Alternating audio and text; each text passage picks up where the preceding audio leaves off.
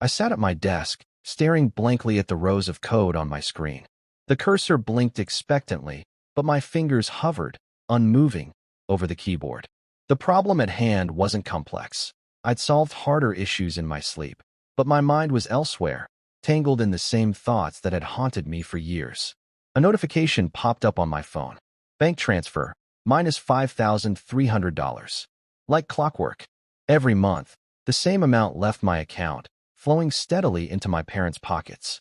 Over the past 5 years, I had wired them a total of $318,000, an amount that could have paid off a house, started a business, or built a generous retirement fund. But instead, it had disappeared into a void of never-ending expenses, a bottomless pit disguised as family duty. I leaned back in my chair, rubbing a hand over my face. I had never questioned it at first. When their home decor business collapsed, it had felt like the right thing to do. I was the eldest son, the successful one, the reliable one. It was my responsibility to step up, to make sure they didn't drown under the weight of their financial burdens. At first, I had given willingly, believing my sacrifice was temporary.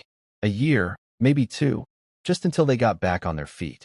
But the months dragged on, and the requests never stopped.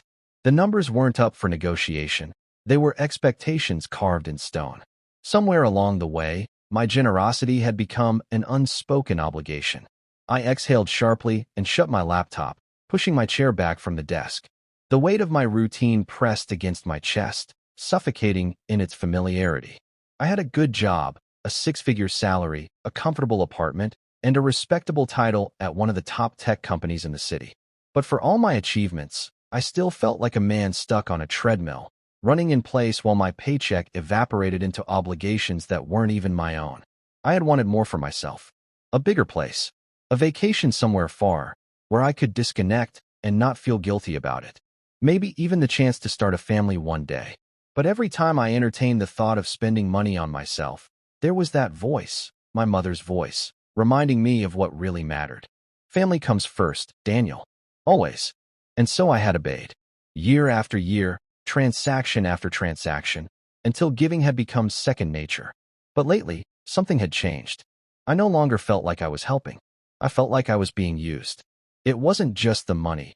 It was the lack of gratitude, the entitlement that had seeped into every conversation. My parents never asked how I was doing anymore. When we talked, the discussions were about bills, medical costs, the rising price of groceries. And when I mentioned my own struggles, how I had put off buying a house, how I had been delaying vacations, they brushed it off as insignificant. You're lucky, Daniel. You have no kids, no real responsibilities. I had swallowed those words for years, telling myself they didn't mean them the way it sounded. But the resentment was growing, a slow-burning ember in my chest that I could no longer ignore. A sharp knock at my office door pulled me from my thoughts. Daniel, you coming to lunch? It was my coworker, Jeff, peeking in. I forced a smile. Yeah, give me a minute. As he left, I glanced back at my phone one last time. The bank transfer confirmation was still on the screen, a cold reminder of the cycle I was trapped in. Maybe I could live with it. Maybe this was just the price of being the eldest son. Or maybe, just maybe, I was finally reaching my limit. That evening, I found myself standing in my apartment, staring at the space that should have felt like home, but instead felt like a waiting room. The place was nice, clean, modern, with sleek furniture and a view of the city skyline. But it lacked warmth, personality. I had never let myself invest in it, never allowed myself to turn it into something more than just a pit stop between work and obligation. Because, deep down, I had always told myself this was temporary. One day, the payments would stop. One day, my parents would tell me I had done enough. But that day never came. I pulled open a drawer and stared at the unopened brochures I had collected over the years. Real estate listings for townhouses, travel guides for Europe, a glossy pamphlet for a car I had once considered buying before reminding myself that my father's car was falling apart. Family first, Daniel. Always. I shut the drawer. At that moment, my phone rang. I didn't have to look to know who it was. I answered, forcing a casual tone. Hey, Mom. Her voice was warm, but there was an edge to it. The same tone she always used when there was something she wanted. Daniel, sweetheart. How's work? It's fine. There was a pause, a brief moment where I could almost pretend this was just a normal conversation between a mother and her son. But then it came. Your father and I were looking at the bills, and things have been getting tighter. The mortgage, utilities, you know how it is. We were thinking. She hesitated, as if testing the waters. I knew where this was going. I closed my eyes. I was 34 years old, a grown man with a stable career, and yet, in that moment, I felt like a child, like a boy being given an order he couldn't refuse. I could already hear my father in the background, his voice muffled but firm. I could picture my mother's expectant expression, waiting for my compliance. Daniel. I gripped the phone tighter. I wanted to say no. I wanted to tell her that I had given enough, that I had put my life on hold for them for far too long. But instead, I found myself exhaling, my voice resigned. How much this time? I pulled into my apartment's parking garage, the hum of the engine fading into silence as I turned off the car. The conversation with my mother lingered in my mind, gnawing at me with an ache I couldn't shake. I had agreed, of course, just like always. The amount hadn't changed this time, $5, $300, as expected. But the weight of it felt heavier, as if every dollar was another nail securing me to this endless cycle. As I stepped out, the cool night air wrapped around me, and I inhaled deeply, trying to clear my head. The city lights flickered in the distance, a reminder of the world moving on, untouched by my private struggles. Inside my apartment, I dropped my keys on the counter and shrugged off my jacket. The place was silent, save for the low hum of the refrigerator. The air felt stale, and I realized how long it had been since I'd had anyone over. Not that I had much time for a social life. Most of my weekends were spent catching up on work or on the phone with my parents, listening to their veiled complaints about how hard life had become. I had friends, but they were getting married, having kids, moving into the next phases of their lives. And me? I was stuck in limbo, tethered by an obligation I had never fully agreed to. I sat down on the couch, rubbing my temples. My phone buzzed. Mom, don't forget Thanksgiving is next week. Looking forward to seeing you. Love you. I stared at the screen. Of course, Thanksgiving. The annual gathering in Greystone, where my parents lived. It had once been something I looked forward to, a warm, familiar tradition filled with good food and laughter. But over the years, it had become just another stage for my family to remind me of my duty. Still, I went every year. Maybe out of habit, maybe out of hope. Hope that one day, things would be different. That one day, my presence would be enough. Not my money, not my success. Just me. But deep down, I knew better. This year, though, I had decided to do something different. A gift. Maybe it was foolish, maybe I was grasping at straws, but I had gone out earlier that week and bought them a 65-inch smart TV. Top of the line, high definition, all the streaming apps pre-installed. It had cost a decent amount, but I hadn't hesitated. It was my way of saying, look, I care. I want to give you something beyond money. Would it change anything? Probably not. But it was something. A gesture. My stomach clenched as I thought about the trip. My parents had been colder in their recent calls, shorter with their words. Something was off. Even Rachel, my younger sister, had been distant. Usually, she was the first to text me about the holiday, asking if I could bring something for her kids, dropping hints about how expensive things had become. But this time, silence. It nagged at me, but I tried to brush it off. Maybe they were just stressed. Maybe this year would be different. I doubted it, but the thought let me sleep that night. A few days later, I found myself at work, barely listening as Jeff ranted about his latest project struggles. The office buzzed with pre-holiday energy. People finalizing reports, tying up loose ends before their trips home. You heading out for Thanksgiving? Jeff asked, leaning against my desk. Yeah, visiting my parents. He whistled. Greystone, right? That's a long drive. About 4 hours. You looking forward to it? I hesitated. The automatic response would have been yeah, of course. But the truth sat heavy on my chest. I don't know, I admitted. Jeff raised an eyebrow. That bad? I forced a smile. It's complicated. He didn't press. Maybe he saw something in my expression that told him not to. Instead, he patted my shoulder. Well, if it sucks, at least there's food. And if it really sucks, there's always whiskey. I chuckled. Noted.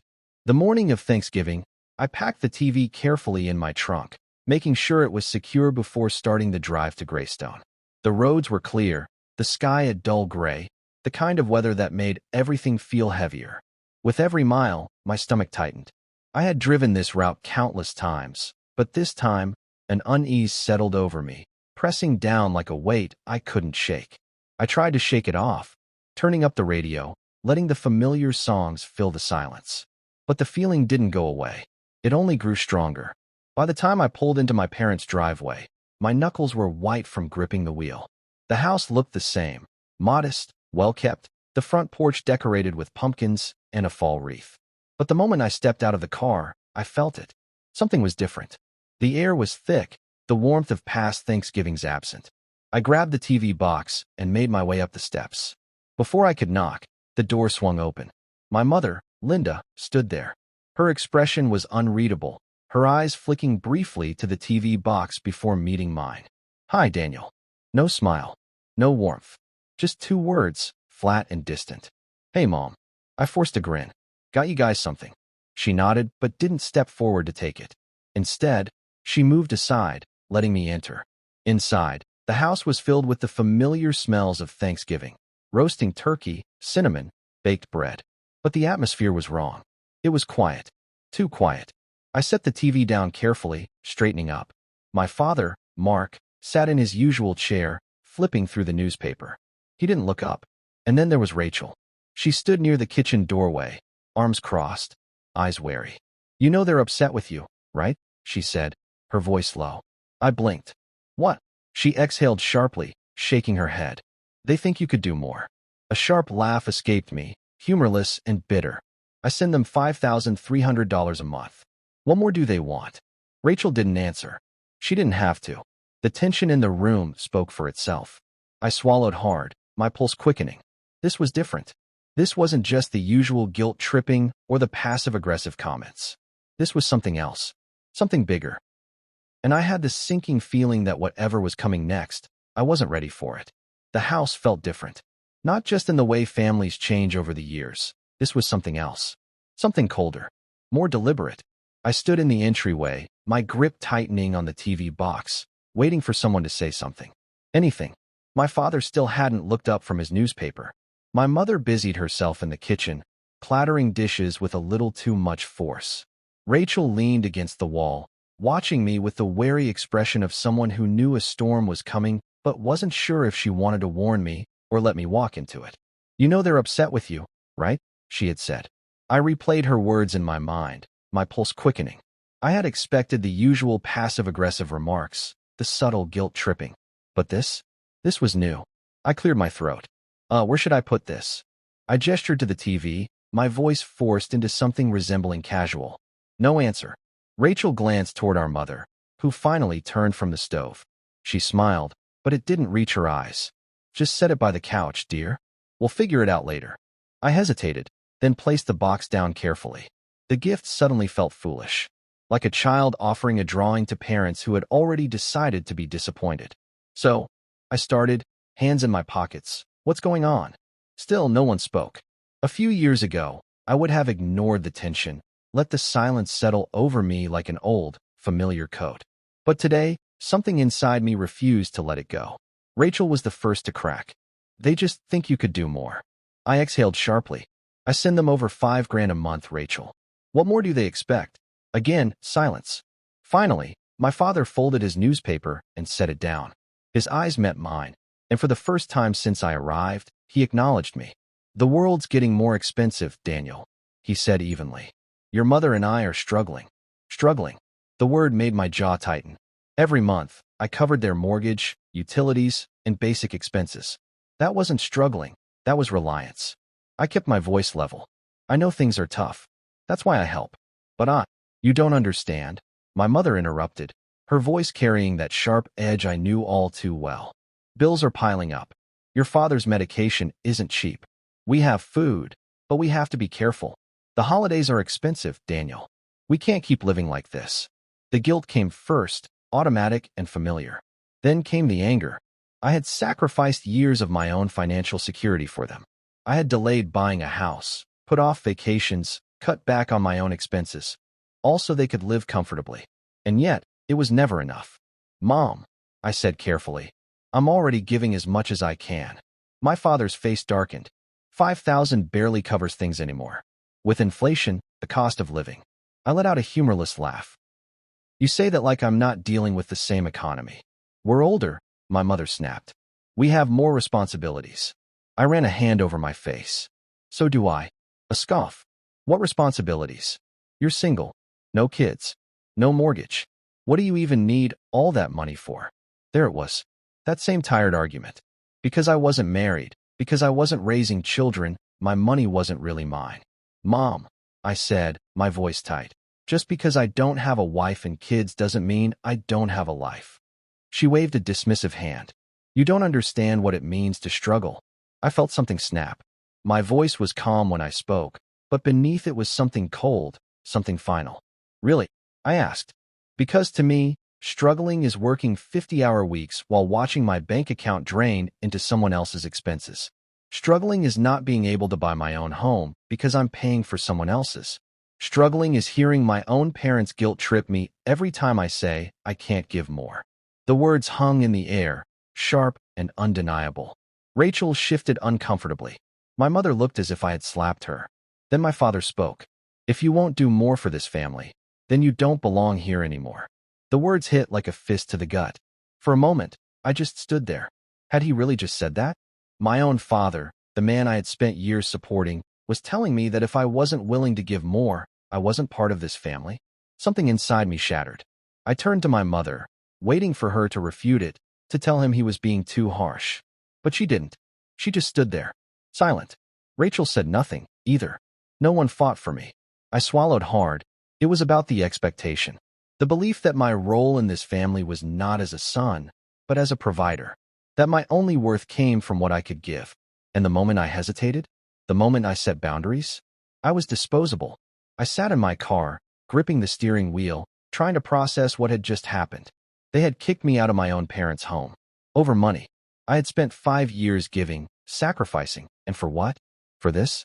I had always told myself that one day, they would appreciate me, that they would recognize the effort, the sacrifice. But they never had, and maybe they never would. I exhaled, the breath shaking as it left me. For the first time in my life, I had no obligation to return, no duty to fulfill.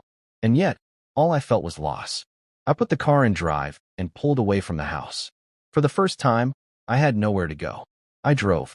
The road stretched ahead of me, dark and empty, illuminated only by the dull glow of my headlights.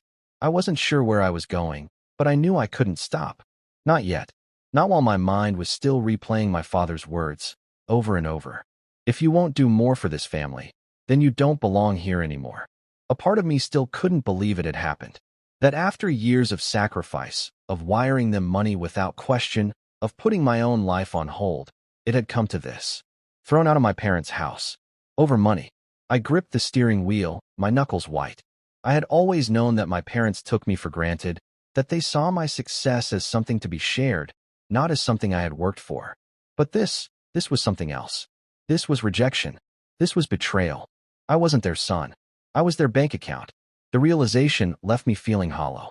I glanced at the clock on the dashboard. 9:47 p.m. Thanksgiving dinner had probably wrapped up by now. They were probably sitting in the living room, drinking coffee, pretending like nothing had happened. Maybe Rachel had finally opened her mouth and said something. Maybe not. It didn't matter. I wasn't going back. But where was I going? I didn't feel like going home. Not yet. The thought of stepping into my apartment, sitting alone in that cold, silent space, made my stomach turn. I needed air. I pulled into the parking lot of a 24-hour diner, one of those old-fashioned places with neon lights flickering against the night sky. A place that smelled like burnt coffee and grease, where no one asked questions. I slid into a booth by the window, staring blankly at the laminated menu. The waitress, a middle-aged woman with tired eyes, poured me a cup of coffee without a word. I didn't drink it.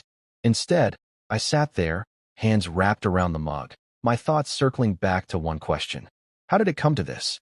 For years, I had convinced myself that my parents were just struggling, that they needed me, that once they were stable, things would go back to normal, that one day they would thank me. But they never had.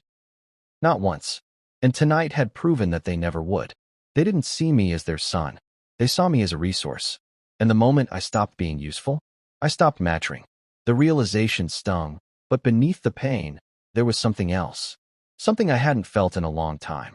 Anger. For years, I had bent over backwards to be the perfect son, the responsible one, the provider. I had done everything they asked. And still, it wasn't enough. They had expected more, demanded more. And when I had finally set a boundary, they had thrown me away. My jaw clenched. I had spent so long trying to be the good son that I had forgotten about myself, about what I wanted, about what I deserved. And what had I gotten in return? Debt, exhaustion, a lifetime of being made to feel like I wasn't doing enough. I should have seen it earlier. The signs had always been there. The way my father never thanked me, the way my mother made me feel guilty if I even thought about saying no, the way Rachel acted like I had no right to complain, as if my success meant I had no problems of my own. I had been blind. No, not blind. I had been in denial. Because admitting the truth, that my family had been using me, that they didn't truly love me unconditionally, had been too painful. But now, there was no denying it. They had made it clear. If I wasn't willing to give them more, I wasn't part of the family. Fine. If that was what they wanted, if they only valued me for my money, then they could go without it. The decision hit me like a weight lifting off my shoulders. I was done. For the first time in 5 years, I was done. I pulled out my phone and opened my banking app. My fingers hovered over the screen as I stared at the familiar transfer setup. Every month, like clockwork, I had wired them $5,300, a number that had dictated my life. Not anymore. I deleted the recurring payment. Just like that, the cycle was broken. For the first time, my money was mine. And yet, as I stared at the screen, a strange heaviness settled over me. I had done the right thing. I knew that. But why did it still hurt? Because, despite everything, they were still my parents. And a part of me still wanted to believe that they loved me, that this wasn't all I had ever been to them. But I knew better now, and no amount of guilt could make me go back. I took a slow sip of coffee, letting the bitterness ground me. This was going to be hard. Cutting ties, truly walking away, wasn't something I had ever imagined myself doing. But I had spent too long living for them. It was time to start living for myself. By the time I got home, it was past midnight. The apartment was dark, quiet, the city lights casting long shadows across the floor. I stood in the doorway for a long moment, feeling the weight of the night settle over me. Then, I did something I hadn't done in years. I pulled out a notebook and started writing. Things I want to do now that I don't have to send money home. 1. Buy a house. 2. Take a vacation. A real one. 3. Save for my own future. 4. Start dating again, without feeling guilty about spending money on myself. 5. Find out who I am outside of being their provider. The last one lingered on the page, heavier than the rest. For years, my identity had been wrapped up in giving, in being the responsible one, the good son, the provider. Without that role, who was I? I wasn't sure. But for the first time, I was willing to find out. I set the notebook down and exhaled. This wasn't going to be easy. The guilt wouldn't disappear overnight. My parents wouldn't suddenly understand. They would fight back. They would try to guilt me, shame me, manipulate me into giving in. But I had made my decision. And this time, I wasn't backing down. I climbed into bed, staring at the ceiling, the silence unfamiliar. It wasn't freedom, not yet. But it was the first step. And that was enough. For now. The morning after Thanksgiving, I woke up to the sound of my phone vibrating aggressively on the nightstand. I groggily reached for it, my fingers fumbling over the screen before I even looked at the caller ID. Mom. Of course. For a second, I considered ignoring it, letting it ring until the call went to voicemail. But I already knew what the message would be, a guilt-ridden tirade about how I was tearing the family apart, how I had hurt them, how they had sacrificed so much for me, and now I was abandoning them. My thumb hovered over the decline button, but something inside me hesitated. Maybe a part of me wanted to hear what she had to say. With a deep breath, I pressed accept and brought the phone to my ear. Daniel, my mother's voice came through, tight with emotion. How could you leave like that? I sat up in bed, running a hand over my face. Are you serious, Mom? Did you hear what Dad said to me? You overreacted, she snapped, her tone shifting from hurt to defensive in an instant. He was just frustrated. You know how he gets. I let out a sharp laugh. So I'm supposed to just take it? Pretend like it didn't happen? He told me I don't belong in the family if I won't give more. And you just stood there. You didn't say a word. There was silence on the other end. For a moment, I thought she might acknowledge it. that she might admit it had gone too far. But then, in a voice laced with disappointment, she said, "Daniel, families go through tough times. We need to help each other. That's what family is about." I clenched my jaw. Help goes both ways, Mom. When have you ever asked how I'm doing? When have you ever cared about my struggles? You don't have struggles, she shot back. You have a good job, no wife, no kids. You don't understand what real hardship is. There it was. Again, that same damn argument. Because I wasn't married, because I wasn't raising children, my struggles weren't valid. I felt something inside me harden. I've given you over $300,000 in the last 5 years, I said, my voice calm but firm. I've put off my own life, my own future, because I thought it was my duty to take care of you. But it's never enough. No matter how much I give, you always want more. She sighed, the kind of sigh that made it seem like I was the problem. Daniel, it's not about the money. It's about responsibility. You have a duty to this family. No, I said, my voice steady. I don't. Silence. And then, her voice turned sharp, laced with the same bitterness I had heard last night. So that's it. You're just going to walk away? After everything we've done for you? I closed my eyes. What have you done for me, Mom? Other than make me feel guilty every time I try to live my own life. More silence. Then, with a cold finality, she said, I hope you can live with yourself, Daniel. Because you're the one who's breaking this family apart. The call ended. I stared at the screen, feeling nothing. No shock. No sadness. Just an eerie, bone-deep exhaustion. I had known this was coming. I had known they would blame me, twist the situation until I was the villain. But hearing it, hearing my mother choose money over her son, solidified something inside me. I was done. For real this time. The backlash came fast. Rachel was the first to make her move, taking to Facebook with a vague but pointed post. It's funny how some people forget what family means the moment they get a little success. Money changes people. It's sad. Within hours, the comments rolled in. A mix of sympathy and outrage, from people who didn't even know what had happened but were all too eager to pass judgment. Stay strong, girl. Some people don't understand family values. Ungrateful people always show their true colors when money is involved. Family should always come first. Hope he realizes that before it's too late. I read the comments, one by one, and felt nothing. 5 years ago, I would have been furious. I would have texted Rachel, demanded she take it down, defended myself in the comments. But now, I just felt tired. Let them talk. Let them play the victims. I wasn't going to waste my energy on people who had already decided I was the villain. Instead, I opened my banking app and did something I should have done a long time ago. I checked my finances. For the first time in years, I wasn't looking at my balance through the lens of how much I had left after sending money home. I was looking at it as mine. All of it. No more monthly payments. No more financial guilt. The thought should have felt liberating. But instead, all I felt was empty. Because now, I had to face the truth I had spent years avoiding. Without them, without this obligation, who was I? For so long, my role had been the responsible one. The provider. The one who fixed things. Now that I had cut them off, what was left? I closed the app and set my phone down. I needed to start over. Not just financially, but mentally. I had spent years believing that my worth was tied to what I could give. It was time to unlearn that. Slowly, deliberately, step by step. I pulled out my notebook and flipped to the page where I had written my list. Things I want to do now that I don't have to send money home. 1. Buy a house. 2. Take a vacation. A real one. 3. Save for my own future. 4. Start dating again, without feeling guilty about spending money on myself. 5. Find out who I am outside of being their provider. I tapped my pen against the paper, my thoughts churning. The weight of my family's expectations was still there, lingering like an old injury. But for the first time, I wasn't letting it control me. I wasn't running. I wasn't chasing their approval. I was simply choosing myself. And that, I realized, was the first real step toward freedom. It started as a whisper in the back of my mind, a nagging thought I tried to ignore.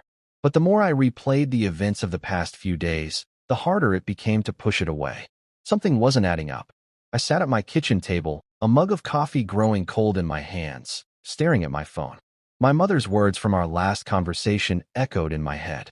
We're struggling, Daniel. We can't keep living like this. Struggling. And yet, they had expected me to increase my payments to $8,000 a month. If they were barely scraping by, why would they assume I could just hand over thousands of extra dollars without hesitation? Why now? I frowned, setting my mug down and grabbing my laptop.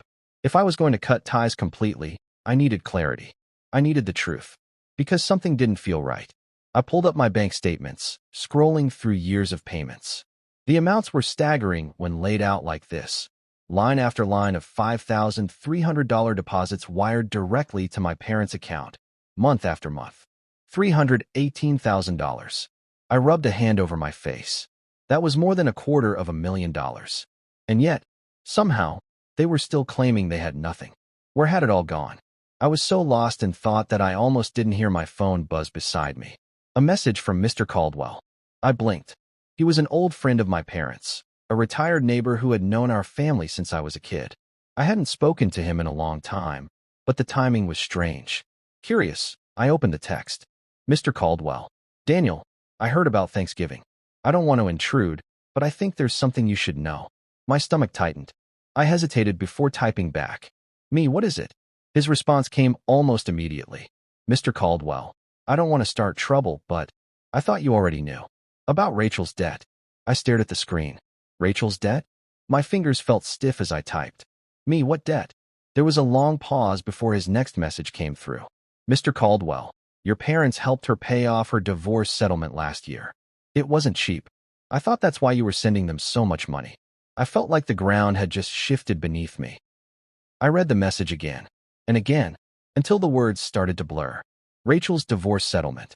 The money I had been sending for years, the money I thought was going toward their mortgage, their medical bills, their necessities, had been used to bail out my sister.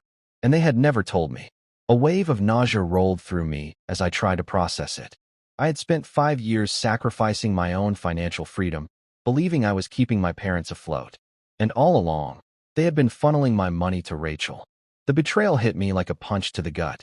I pushed back from the table, breathing hard, my hands shaking. I had to hear it for myself. Without thinking, I grabbed my keys and headed out the door. The drive to Greystone was a blur. By the time I pulled up to my parents' house, the sun was setting, casting an orange glow over the neighborhood. I barely noticed. I slammed the car door shut and strode up to the front steps, my pulse pounding. This wasn't going to be a conversation. This was going to be a reckoning. I knocked hard. It took a few moments before the door creaked open. My mother stood there, surprise flickering across her face. Daniel. I stepped inside without waiting for an invitation. We need to talk. Her brow furrowed, but she didn't argue. Your father's in the living room. Good, because I wanted him to hear this too. I walked in, my heart hammering in my chest. My father sat in his recliner, flipping through channels. When he saw me, his expression darkened. You have some nerve showing up here after the way you left. I ignored him. I pulled out my phone, holding up Mr. Caldwell's message. When were you planning on telling me? I asked, my voice cold. My mother frowned. Telling you what? I clenched my jaw. That the money I've been sending wasn't just for you. That you were using it to pay off Rachel's divorce settlement. Silence. A beat too long. My father's face twisted in irritation. Who told you that? So it's true. My voice was sharp, cutting through the tension like a knife. My mother's shoulders sagged, her expression shifting to something I recognized all too well. Damage control. Daniel, we didn't think you needed to know. Rachel was in a difficult situation. We had to help her. I felt like I had been slapped. You had to help her, I repeated, my voice shaking. And to do that, you used my money. Without telling me. You wouldn't have understood, my father said dismissively. She's a single mother, Daniel. She needed it more than you did. I stared at him, unable to believe what I was hearing. You made me believe you were struggling, I said, my voice low. You made me feel guilty every time I hesitated to send money. And the whole time, you were lying to me. My mother's lips pressed into a thin line. It wasn't a lie. We needed the money, Daniel. For her, I shot back. Not for you. And instead of being honest, you manipulated me. You're overreacting, my father snapped. I let out a sharp, humorless laugh. Overreacting? You demanded $8,000 a month. You kicked me out of this house because I said no. My mother flinched, but my father's expression didn't change. Because we thought you'd step up for your family, he said coldly.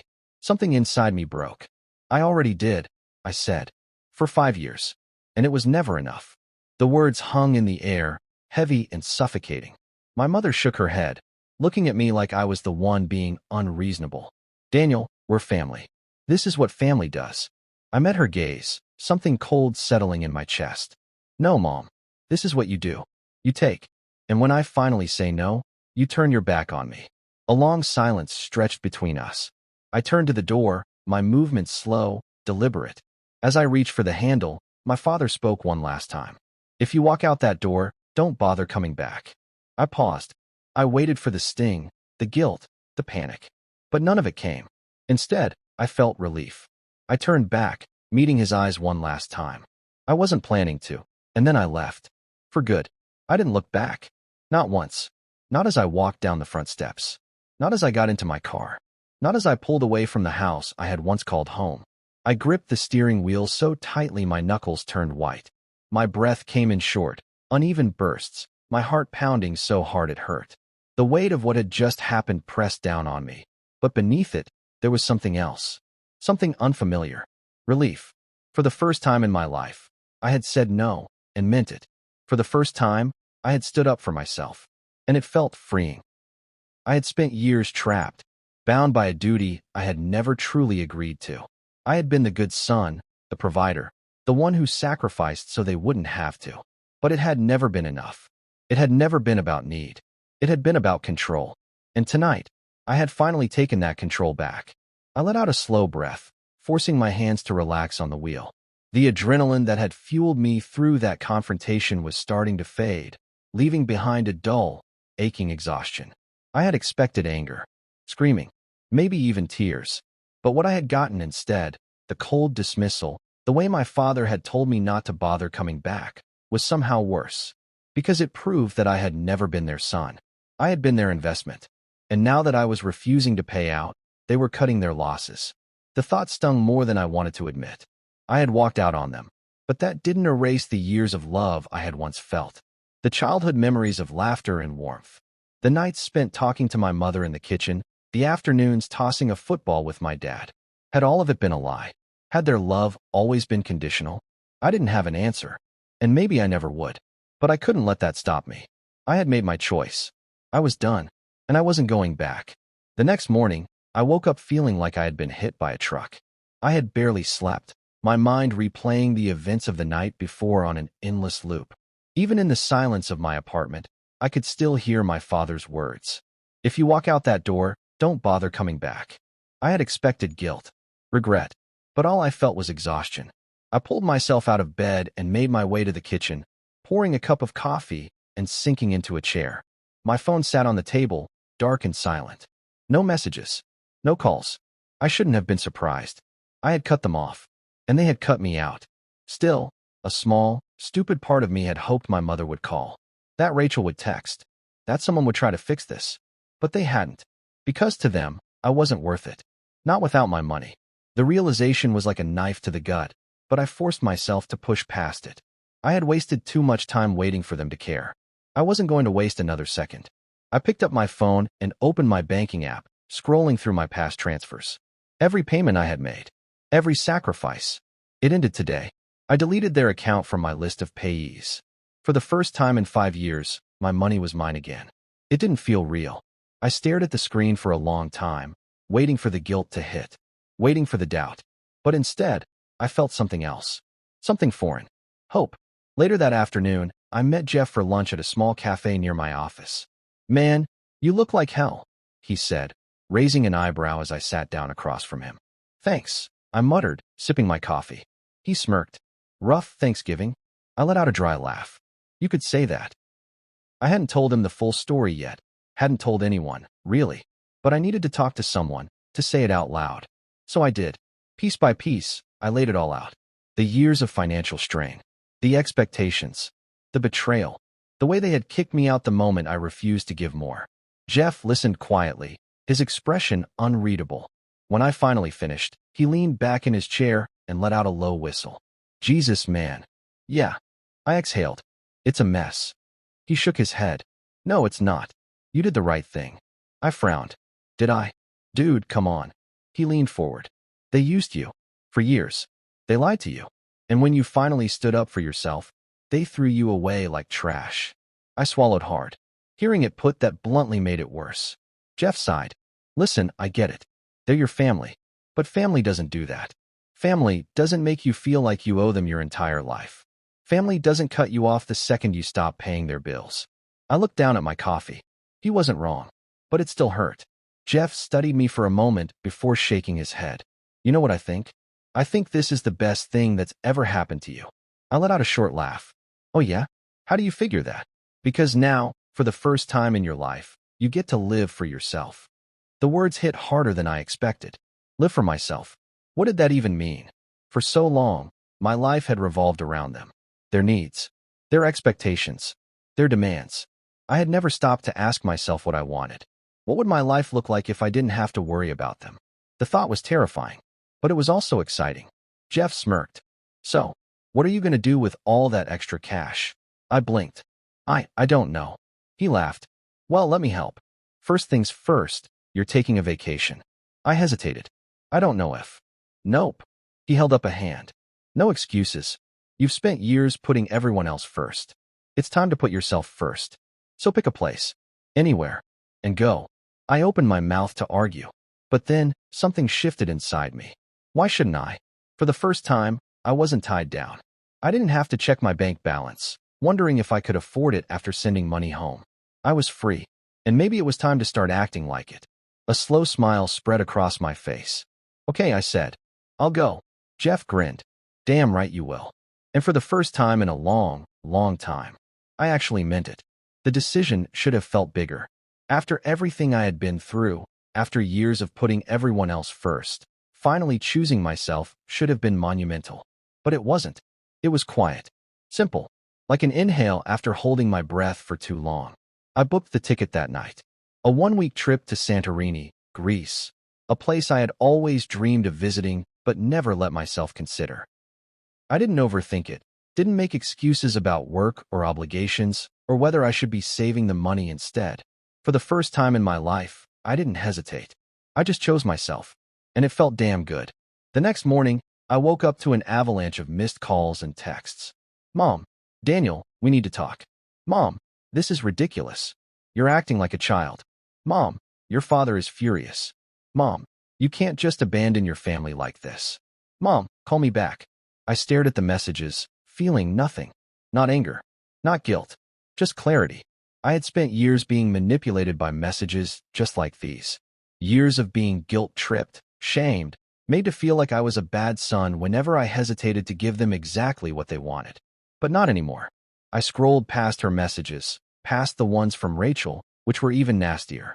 Rachel, wow, you're really doing this? Rachel, after everything they've done for you? Rachel, selfish. That's all you've ever been. Rachel, enjoy your money. I hope it keeps you warm at night. I let out a slow breath. It was unbelievable. They had lied to me. They had manipulated me. They had stolen years of my financial security for Rachel's debt. And still, they had the audacity to act like I was the villain. I blocked Rachel's number. Then, I did something even more satisfying. I muted my mother's messages. I wasn't ready to block her, not yet. A part of me still held on to the hope that, one day, she would understand. But I wasn't holding my breath. And I wasn't engaging. Not today. Not anymore. The next few weeks felt strange. For the first time in years, my paycheck was mine. No massive withdrawals. No gut-wrenching feeling of watching my money disappear before I could even use it. I went out to dinner with friends and didn't feel guilty about ordering an appetizer. I walked past a store, saw a leather jacket I had always wanted, and actually bought it, without mentally calculating how many extra hours I'd have to work to make up for it. I started looking at apartments. Bigger ones I could actually grow into instead of just settling for a place that barely felt like home. Little things. But they added up. They reminded me of something I had forgotten. I was allowed to enjoy my own life. And just like that, I started to feel free. A week before my trip, I got a call from my Aunt Deborah. She was my mother's older sister, the only family member who had never made me feel like a walking ATM. I hesitated before answering. Hey, Aunt Deborah. Daniel, she said softly, and immediately, I knew she had heard. She sighed. I just wanted to check on you. Your mother's been saying all sorts of things, and I figured I should hear it from you directly. I exhaled, running a hand through my hair. Let me guess. She's making it sound like I abandoned them. More or less, she admitted. But I know how she is. That's why I wanted to talk to you first. I felt a knot loosen in my chest. For the first time, someone in my family actually cared about my side. So I told her everything, from the years of payments to the lies about Rachel's debt, to the moment they threw me out when I refused to give more. By the time I finished, she was silent. Then she sighed. Daniel, I wish I could say I'm surprised, but I'm not. I frowned. What do you mean? Your parents have always been entitled, she said carefully. I love my sister, but she's never been the type to appreciate what she has. And your father, she sighed. He's always seen you as an investment, not a son. My stomach twisted. So it was never real? I think they love you in their own way, she said gently. But their love comes with expectations. And when you don't meet them, they punish you for it. I swallowed hard. She was right. That was exactly what had happened. What do I do? I asked quietly. You already did it, she said simply. You set a boundary. And now, you stick to it. I let out a slow breath. I don't know if I can handle being completely alone. You're not alone, sweetheart, she said firmly. You have friends. You have people who care about you, not just what you can do for them. I closed my eyes, letting her words sink in. She was right. I wasn't alone. I had just spent so long being consumed by my family's expectations that I hadn't let myself see it. Thank you, I murmured. She chuckled. Don't thank me yet. You still owe me dinner next time I'm in town. A real smile tugged at my lips. Deal. And for the first time in a long, long time, I actually meant it. The night before my flight, I stood in my apartment, staring at my packed suitcase. A part of me still couldn't believe I was really doing this. No obligations. No guilt. Just me. I checked my phone one last time. Still no messages from my mother. She was really going to let me walk away. Maybe, deep down, I had still been hoping for some grand gesture. Some moment where she would realize she had gone too far and finally choose me over the money. But that moment wasn't coming, and I had to be okay with that. I grabbed my phone and did something I should have done a long time ago. I blocked her number. Then, I picked up my suitcase and walked out the door. Because tomorrow, for the first time in my life, I was free. A year. 365 days. 52 weeks. That's how long it had been since I walked away. Since I packed my bags for Greece. Since I cut the financial cord that had kept me tethered to a family that only saw me as a provider. And in that time, my life had changed in ways I never could have imagined. I had traveled, not just to Santorini, but to Italy, Spain, Japan, and Iceland. I had stood at the edge of a volcanic crater, walked the ancient streets of Rome, and watched the northern lights dance across the sky in a place so quiet it felt like the universe itself was holding its breath. I had moved into a home that was finally mine. No more tiny apartments. No more telling myself I didn't need space. I had bought a place that felt like a future, not just a placeholder. I had lived. For the first time in years, I had lived for myself. And yet, the message still made my stomach twist. Mom, Daniel, it's been a year. I know we've had our differences, but I'd like to talk. Please. I stared at the screen, my heart hammering in my chest. I had spent so long waiting for this moment. Waiting for her to reach out. Waiting for some kind of acknowledgement. And now that it was here, I didn't know what to do. I exhaled slowly, setting my phone down on the kitchen counter. The logical part of me, the part that had fought so hard to break free, knew this was dangerous. That she wasn't reaching out because she had changed. She was reaching out because she wanted something. The pattern was too familiar. Guilt.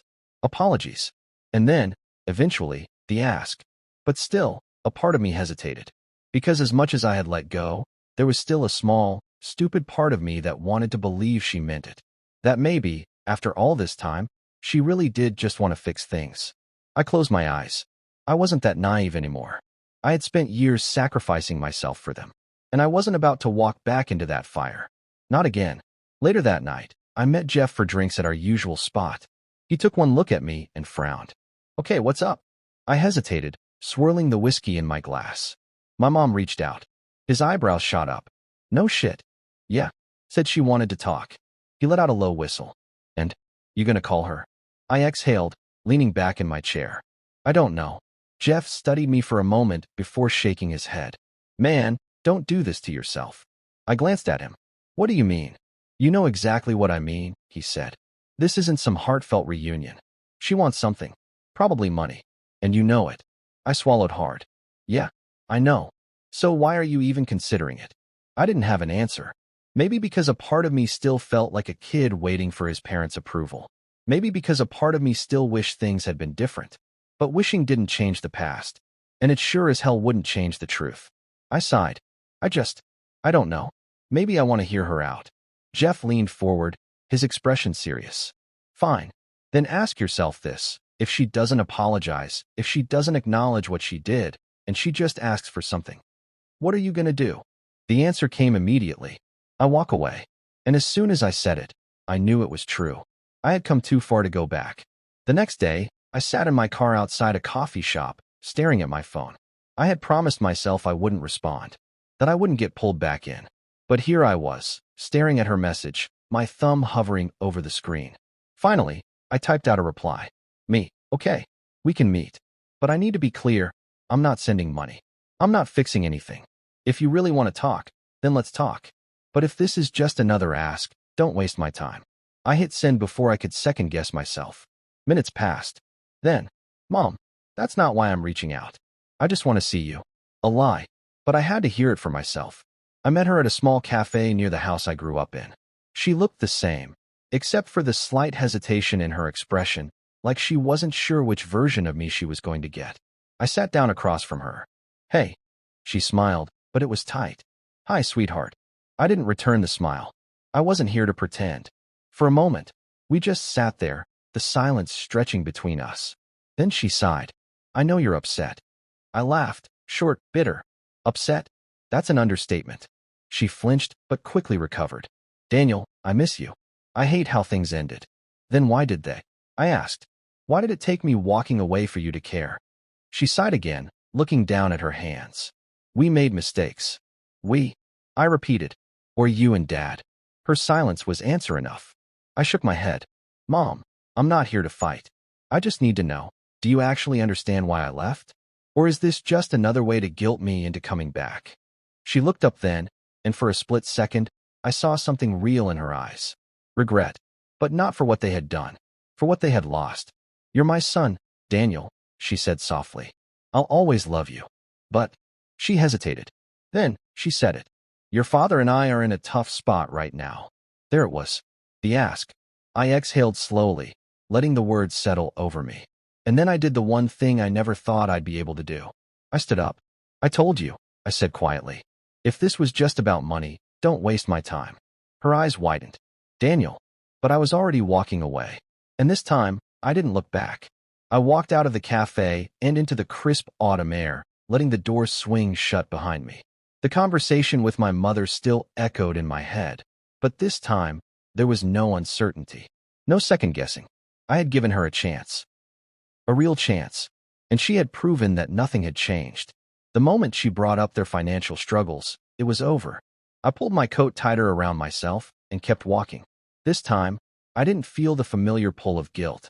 I didn't feel like I was abandoning my family. Because the truth was, they had abandoned me a long time ago.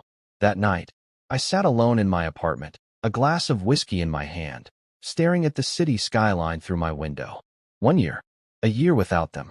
A year of freedom. And yet, the emptiness still lingered in the quiet moments. I had spent so much of my life chasing their approval, trying to be enough. And now that I had finally walked away, I had to ask myself, who was I without them? Without their expectations? Without their demands? For so long, my role in the family had been the provider. Now, I was just Daniel, a man with a job, a new home, and a future that no longer belonged to anyone but himself. The thought was liberating, but it was also terrifying. I picked up my notebook from the coffee table, the one I had started after walking away. The one filled with all the things I had promised myself I would do now that I was finally free. I flipped through the pages, my eyes landing on the list I had written a year ago. Things I want to do now that I don't have to send money home. 1. Buy a house. Done. 2. Take a vacation. Done. And then some. 3. Save for my own future. In progress. 4. Start dating again, without feeling guilty about spending money on myself. Working on it. 5. Find out who I am outside of being their provider. I stared at that last one for a long time. Because that was the real question, wasn't it? I had checked off everything else. But that was still a work in progress. I sighed, setting the notebook down. Maybe there was no simple answer. Maybe it wasn't something I could figure out overnight. And maybe that was okay. Maybe, for the first time, I didn't need to have all the answers. Maybe I just needed to live. The next day, I met Jeff for lunch, like we had done every Friday for the past year. "You look different," he said, squinting at me over his burger. I raised an eyebrow. "Different how?" "I don't know," he said, chewing thoughtfully. "Less tense. Less like you're carrying the weight of the world on your shoulders." I huffed out a laugh. "Well, I'm not anymore." He grinned. "Damn right you're not." I took a sip of my drink, then leaned back in my chair. "You know what's weird?" "What?" "I thought I'd feel more. I don't know. Sad. Lost." I shook my head. "But I don't. I feel lighter." Jeff smirked. "That's called freedom, my friend. You're just not used to it yet." I thought about that for a moment. He was right. For so long, my life had been dictated by obligation, by guilt. Now, for the first time, I was free. And maybe it would take time to figure out who I was without all that baggage. But for the first time, I was excited to find out. A week later, I was sitting in my living room when my phone rang. It wasn't my mother. Or Rachel. It was Aunt Deborah. I hesitated for only a moment before answering. "Hey, Aunt Deb." "Daniel," she said warmly. "I just wanted to check in. I heard about the meeting with your mother." I exhaled, rubbing a hand over my face. "Yeah, it went exactly how I expected." "I'm sorry, sweetheart." I shrugged, even though she couldn't see me. "Don't be. I'm okay." She was quiet for a moment. Then, softly, she said, "I want you to know something." "What?" "You are not a bad son. Or a bad brother. You gave them more than enough. And you have every right to walk away." I swallowed hard. It shouldn't have meant so much to hear someone say that. But it did. "Thanks," I said quietly. "You deserve happiness, Daniel. And I hope you finally start living for yourself." I smiled. "I think I am." That night, I sat on my balcony, staring out at the city lights. For the first time in a long time, the future felt open. Like anything was possible. I didn't know exactly what came next. But for the first time, that didn't scare me. Because whatever it was mine. And that was enough.